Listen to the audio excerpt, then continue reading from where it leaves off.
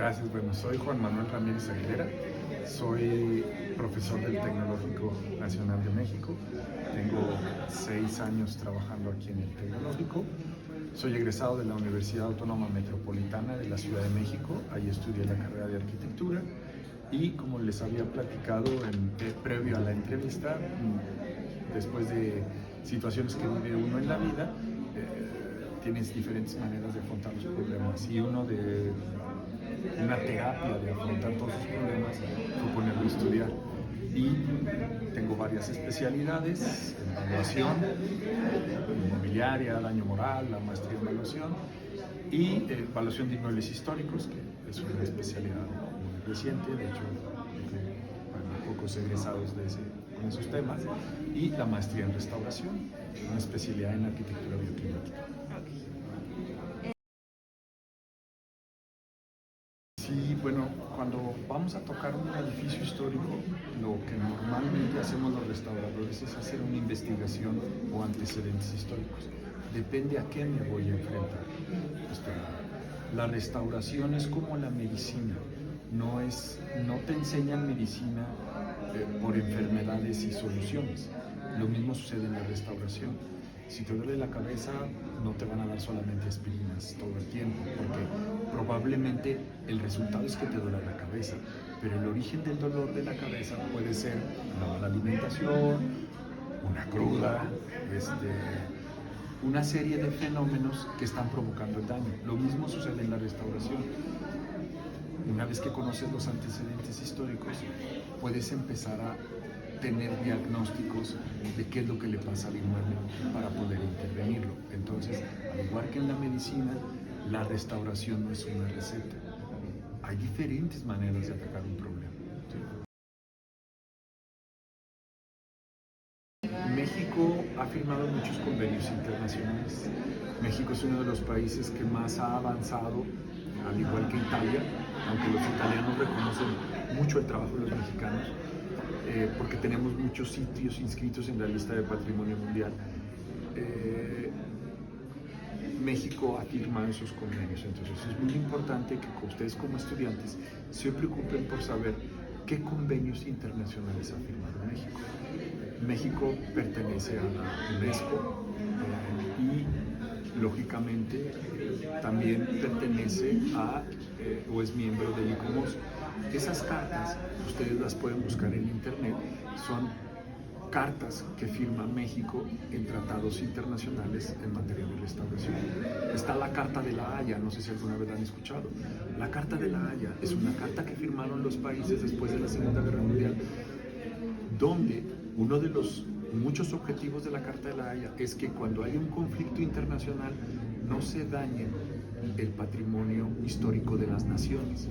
No sé si recuerdan recientemente el pleito que tienen Rusia con ¿cómo se llama? Ucrania. Con Ucrania. Lo primero que pidieron los miembros de la UNESCO es: si se van a pelear como país, peléense, pero no ataquen ni uno ni otro su patrimonio cultural. Ese es un convenio internacional. Está pasando ahorita con Israel, ¿no? También. Con Israel y Palestina, exactamente. O sea, entran esos convenios internacionales donde vienen las reglas de cómo van a manejar eso. Ese es por mencionarte uno. Está la Carta de Venecia, ¿sí?, que surge después de la Segunda Guerra Mundial en 1972, donde se plantea el hecho de cuidar el patrimonio. Luego vendrían, eso es a nivel internacional. A nivel país, a nivel nacional, está la Constitución Política de los Estados Unidos Mexicanos, que es la Carta Magna. Luego vendrían las leyes generales. Ninguna ley general toca algo al respecto. Luego vienen las leyes federales. Está la Ley Federal del Instituto Nacional de Antropología e Historia, que, bueno, ellos son los encargados de cuidar el patrimonio desde la llegada de los españoles hasta nuestros días, ¿no? Y también desde antes de la llegada de los españoles, que sería en la época, ¿cómo se llama? Hasta antes de la llegada, y la época prehispánica. Es la época prehispánica y luego la época novohispana hasta nuestros días, ¿no? Le corresponde al Instituto Nacional de Antropología e Historia, y Zacatecas es el único caso a nivel nacional donde tenemos una ley de protección del Estado. Es el único, y de hecho se inscribe por esa ley, se inscribió Zacatecas en la lista de Patrimonio Mundial. Entonces hay unos conflictos muy fuertes entre la Federación y el Estado por querer cuidar el patrimonio, ¿no? Siempre cuidar patrimonio y herencia es conflicto, y lo vivimos en las familias, ¿no? No sé si alguno de ustedes o de que nos están escuchando han tenido problemas de herencia de familiares, donde muere el padre, el abuelo, qué sé yo, y los hijos o los herederos se comienzan a pelear, porque esto es mío, es que me corresponde, es que yo lo debo de cuidar, es que yo soy el encargado, es que mi papá me lo encargó a mí. Pues lo mismo sucede con la herencia del patrimonio cultural. La Federación y el Estado quieren cuidarlo, ¿no? La Federación se siente el hermano mayor, el Estado es el hermano del medio, y el hermanito loco es el municipio, o sea, es el que nadie le hace caso, nadie lo pela, pero es el que recoge todo. Fíjense, el municipio debería de ser el más importante. Lo ven, no estoy diciendo que lo sea, son cosas diferentes, pero ven al municipio como el hermanito loco, que es el que se encarga de darte los servicios públicos, recoger la basura, la seguridad pública, bla, bla, bla, bla. Y nadie lo pela, nadie lo voltea a ver. Hacen eventos en Plaza de Armas, todo mundo jijiji, jajaja, y al final el municipio ahí andan las hormiguitas recogiendo todo. O el hijo menor, cuidar los papás. El hijo menor, exactamente. Entonces, el patrimonio por eso es conflicto, ¿sí? No, sí, definitivamente. A ver, no somos todólogos. Uno le entiende a muchas cosas, ¿no? Por ejemplo, a mí me gusta proponer mis prediseños estructurales, inclusive cuando voy a tocar un inmueble histórico, también se hacen reestructuraciones y tengo idea de cómo hacerlo, pero también la responsabilidad se comparte. No se trata de querer agarrar un pastel para yo ganar todo, se trata de que el pastel se comparta y también se comparten responsabilidades. Claro, me ha tocado que me llega un cálculo estructural, lo veo y digo, no, espérame, esta solución no me convence. ¿Por qué no te vas por acero en vez de puro concreto? Porque la estructura lo requiere, lo necesita. Sí, pero es que va a ser mayor cantidad, o el peralte o las columnas van a ser diferentes. Cámbialas, modifícalas. El poder conocer de todo me permite revisar. Es como cuando van con un doctor, te manda a hacer análisis. El doctor no hace los análisis, pero el doctor interpreta perfectamente los análisis. Eso es lo que hace un arquitecto, es lo que hace un restaurador. Mando a hacer análisis, mando a hacer cálculos estructurales, mando a hacer los estudios que yo considere necesarios, y luego yo interpreto esos estudios para proponer una solución, ¿no?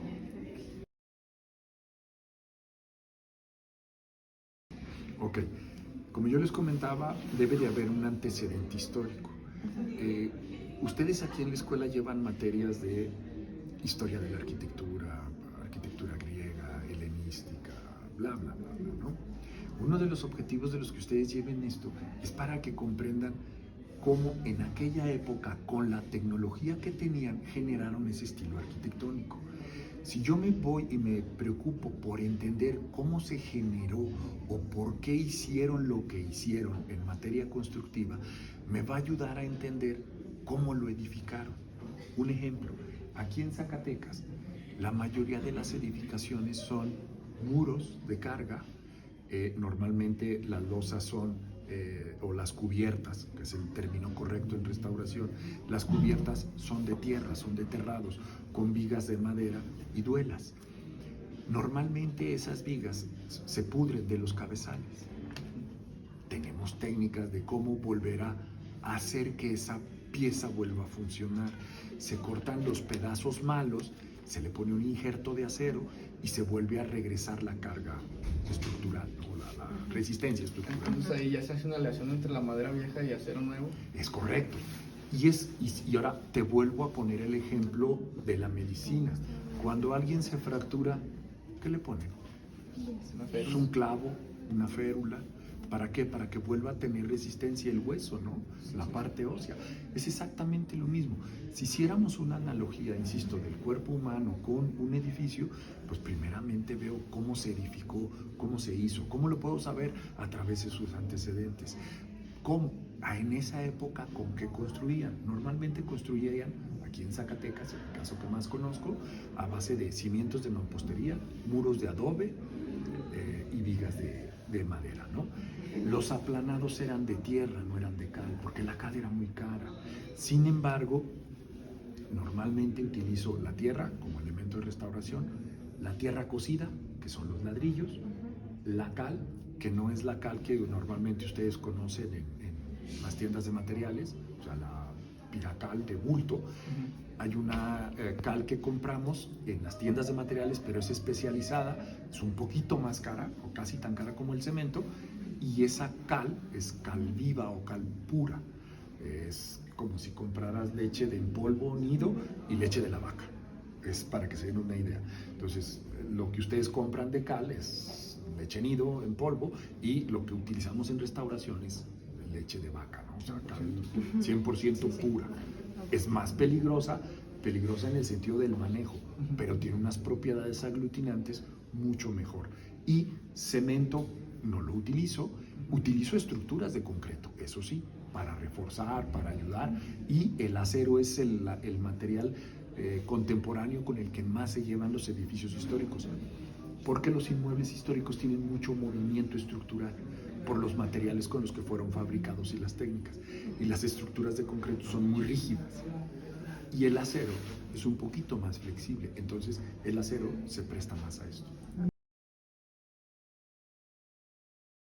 Aspectos más destacados, yo he observado que cuando ven una edificación de tierra la asocian con pobreza y la asocian con un rezago cultural. ¿Vale? O sea, si vives en una casa de tierra eres pobre, no tienes el nivel de educación a lo mejor que tiene el resto. Así es como se ven las edificaciones de tierra. Pero perdóname, vayan a la comarca, vayan a las quintas, están hechas con materiales, sí, modernos, pero con espacios infrahumanos, ¿no? De block y losas de concreto. No estoy satanizando el block ni estoy satanizando el concreto, pero tampoco se trata de que una edificación con tierra sea mala o de mala calidad. Y un buen ejemplo aquí en Zacatecas de dignificación del adobe, y no en temas de vivienda, es la vinícola Tierra Adentro. Todo el restaurante y la cocina es de adobe, es de arquitectura de tierra. ¿Sale? Sí, en rumbo a Ojo Caliente. Ese es un ejemplo, y ganó un premio internacional y ha salido en revistas de arquitectura, Arquine, ese ejemplo de arquitectura. A mí me tocó orientar a la persona que fabricó los adobes, y los hicieron a base de paja y tierra del lugar. Entonces es hasta menos contaminante. Aproximadamente, bueno, lo que pasa es que a veces a uno lo invitan como especialista en algo, entonces a veces puedo restaurar todo el edificio, a veces me invitan a una parte, ¿no?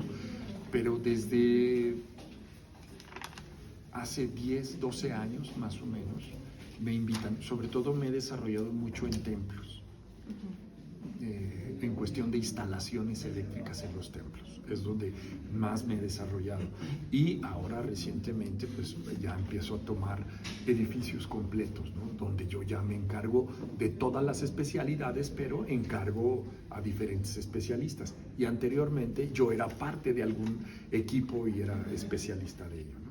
Okay.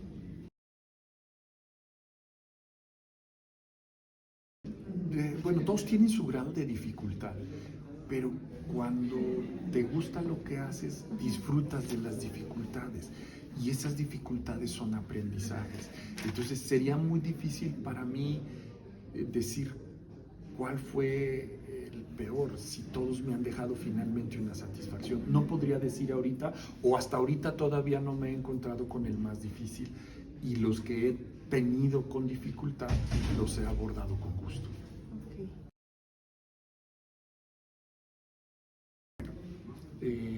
Fíjese que lamentablemente, como asocian el adobe con pobreza, y como ya mucha gente no lo sabe hacer, la gente prefiere tumbar porque piensa que la edificación va a valer más. Entonces, a veces colapsan los techos o colapsan las viviendas en el centro. Un caso, por ejemplo, es La Perla, no sé si ubican esa vivienda, que está sobre la Morelos. Era una carnicería. Colapsaron los techos y todo se fue al interior. Tuvimos oportunidad de entrar para conocer la casa. Hagan de cuenta que todo lo que cayó es tierra. Pues ahí está el material para restaurar. Otro problema que yo veo, y no me incluyo, que quede claro, no me incluyo, la restauración la hacen ver cara, solamente para unos cuantos iluminados. No, ustedes pueden estudiar restauración. Hay muchas escuelas de restauración de bienes inmuebles, ¿sí? Está una muy buena en la Universidad Michoacana de San Nicolás de Hidalgo. Hay una escuela también aquí particular que da la maestría en restauración. Y está la escuela de restauración Refugio Reyes, pero ellos son restauradores de bienes muebles, no de inmuebles. Disculpe, ¿de dónde se egresó usted? Yo egresé de la Escuela de Restauración de aquí de Zacatecas. Un grupo de profesionistas teníamos la inquietud de profesionalizarnos, pero no podíamos ir a Morelia, a Guanajuato, a Ciudad de México. Entonces platicamos con la universidad y la universidad nos trajo a los mejores maestros del país. He tenido la fortuna de tener, por ejemplo, mi maestro de reestructuración de edificios históricos fue un señor que se llamaba, ya murió, Sergio Saldívar. ¿Quién era Sergio Saldívar? Pues era un arquitecto que fue el que enderezó la Catedral Metropolitana de la Ciudad de México. Nomás para que vean, tuvimos unos excelentes maestros y así seleccionamos a los maestros y los trajeron a darnos clase.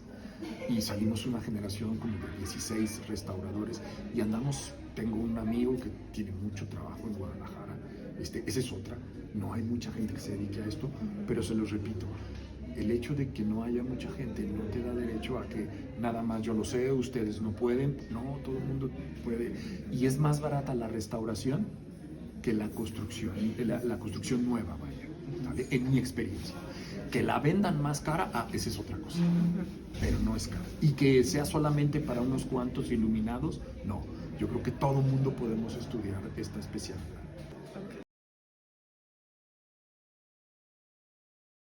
Como yo les comentaba, si tú entiendes cómo son las estructuras antiguas, tú puedes decidir en qué momento te funciona un marco estructural de concreto o en qué momento un dado de concreto te puede ayudar a confinar una columna y regresarle un poquito su capacidad de carga-compresión o en qué momento utilizas una viga de acero para poder formar un marco.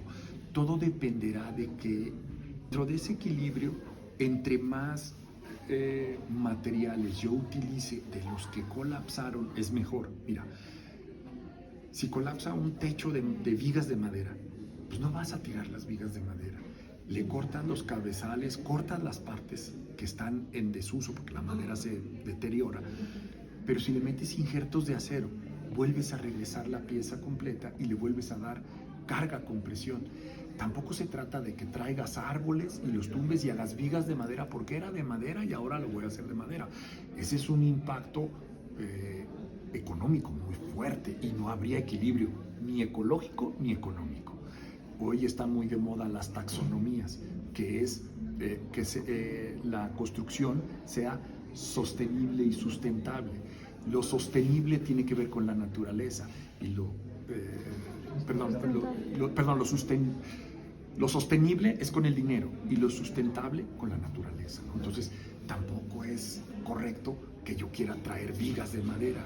Espérate, mejor lo que hay, trato de reutilizarlo.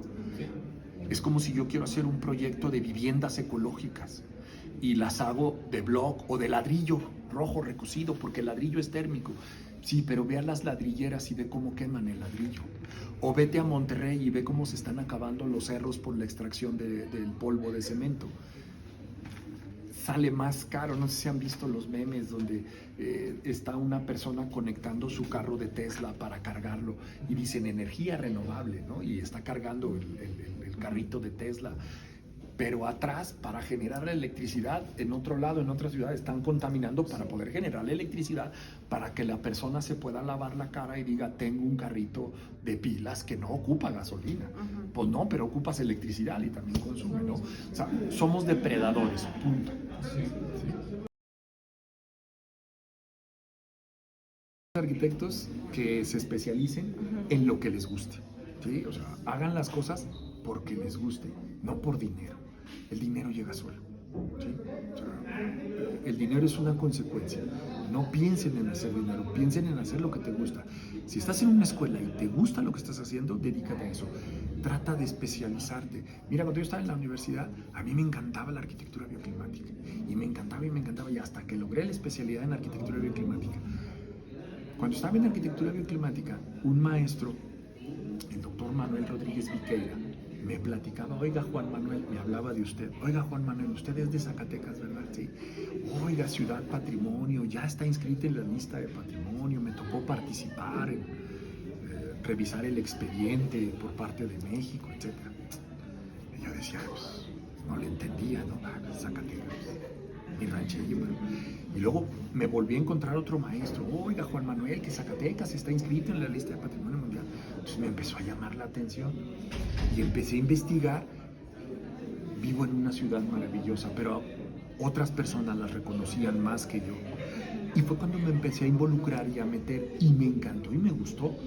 Pero ustedes descubran qué es lo que les gusta, ¿sí? Y eso que te gusta, hazlo. Hay muchas especializaciones: administración, costos, estructuras. Hay una chica que tiene el doctorado tiene la maestría en estructuras, fui su maestro, y luego hizo el doctorado en ámbitos antrópicos en la Universidad Autónoma de Aguascalientes. Y dice que le gustó cómo le di la materia de estructuras. Imagínate, yo dando estructuras.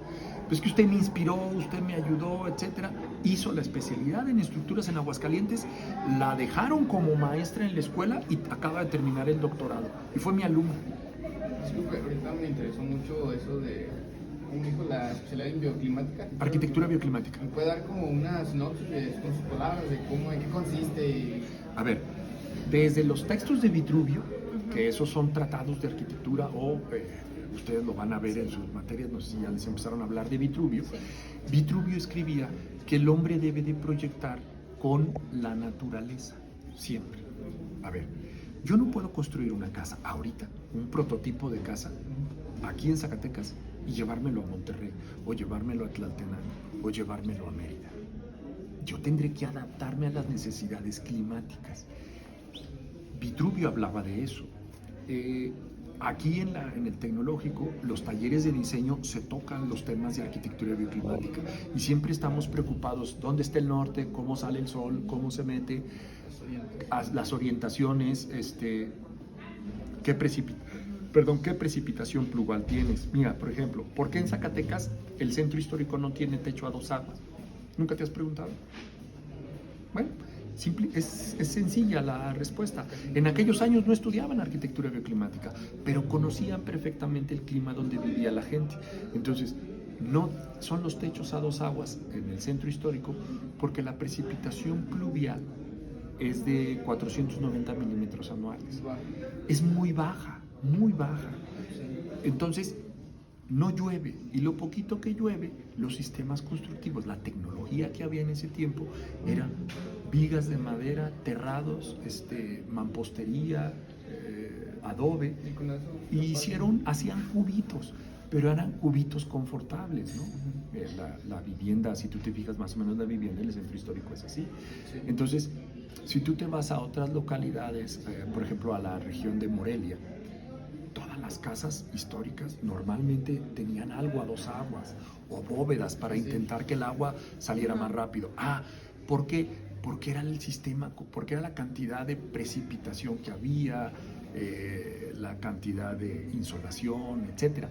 Eso es más o menos a grandes rasgos la arquitectura bioclimática. Sí, hace poquito estuve en Tixla, Guerrero. Es venir aquí y decir: ay, hazme una casita con tejas de barro. Espérate, el barro no es de Zacatecas, ¿no? Digo, no tengo nada en contra de las tejas de barro, pero pues... Hay que saber adaptarse. Exactamente, si tú te vas a la región, al Tlaltenango, allá para Nochistlán, Tlaltenango, Nochistlán, ¿cuál es otro? Tepechitlán, allá hay una mayor precipitación. Entonces, a lo mejor allá sí se justifican ese tipo de techos. Bueno, eso sería todo. No, Muchas gracias a por usted. su tiempo. No, gracias. Espero les guste. Bien interesante. Sí, Gracias.